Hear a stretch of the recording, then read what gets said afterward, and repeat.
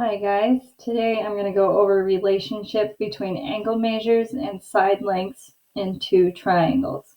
Okay, so if I have two triangles that look like this, they want me to order the side lengths from least to greatest. This is just like one of the attendance questions that we did previously. Okay, so what you're going to do first is you have to figure out the angles here. Okay, and then you're going to determine the side lengths for each triangle separately, and then you're going to combine them. Okay, so the first thing you have to know is that all the interior angles of a triangle sum to 180 degrees. So if I have two of the angles, I take 180 minus those two angles, and that'll give me that third one. Okay, now this one, I know that at H, I know 56 and 124, so these two angles down here form a straight line. I know 56, so I take 180 minus 56 gives me the other angle. Okay, now I need the last angle up here, and I know that the interior angles of a triangle all sum to 180. So I take 180 minus 124 minus 17 gives me that third side. Okay, now what we need to know is that the side lengths are proportional to the angles. Okay, so the bigger side is going to be opposite the bigger angle. Okay, so if I'm looking at this triangle EFH, I'm just going to do that one first. So this is F, this is E, and this is H. Okay, 81 is over here, and it is my biggest angle. So the side opposite that is going to be my biggest side. Okay, so think of this as a mouth. So here's my mouth. Okay, 81 tells me how wide my mouth is open, and then this side is the distance that it's open. So the wider the mouth, the longer the side. Okay, so let's go ahead and do one of these, and I'll show you how we combine them. Okay,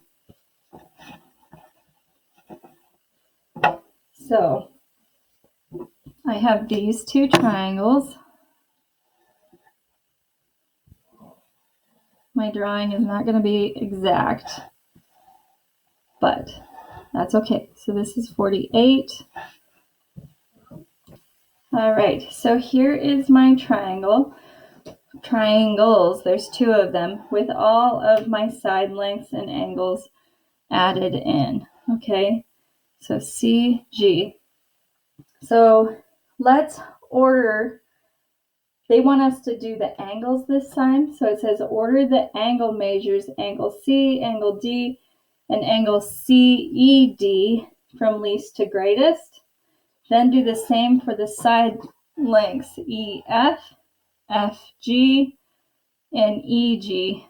Okay, so the first thing we need to do is fill in any missing angles that we can figure out. Okay, so I know that this 60, we have a set of vertical angles here. So this up here is 60. Okay, because they're vertical angles and they're equal. Now I'm going to figure out what that angle is up there. Okay, angle G. So I take 180 minus 60 minus 48, and that's going to give me angle G. Okay, so 180 minus 60 minus 48 is 90. Sorry, that should not be 90. 180 minus 60 minus 48 is 72. Okay, so this angle up here is 72. It says first order the angles, angle C, angle D, and angle CED from least to greatest. So to do that, we have side lengths on this bottom triangle, okay?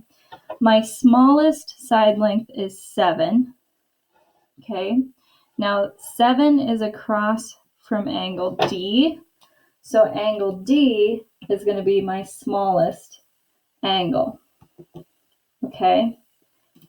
Now the next one, the next smallest side length is this one, this 8.89. It is across from this top angle, angle CED, okay? I'm not going to say angle E, okay? I'm going to use what they tell me up here in the top. So angle CED, so angle CED. And then my last one, you can see this 10 here, is my biggest side, and it is across from angle C, okay? Now they want us to order the side lengths of this other triangle. So EF, FG, and EG. Okay, so we're going off of the angles now. Okay, least to greatest. The smallest angle is 48. That is across from EG. Okay, so EG is my smallest side. Now I have 72. I have 60 and 72. 60 is the next smallest, and that one is across from the side FG. Okay, now lastly is 72, and that is across from the side FE. Oh, I put that in the wrong one. Okay, so it's across from FE. Yeah, so 72 and FE. Okay, check that. All right, let's do one more, because there's one where they give you all angles and you have to compare them. Okay, so like this one. Okay, so what you have to do is separate the triangles, figure out the biggest sides, then combine them and order them. Okay, so the very first thing we have to do is figure out missing angles. Okay, so I have G, H, F, I. This is 54. This is 65, 52, and 55. Okay, so I'm looking at this bottom one first. I need this angle H right there.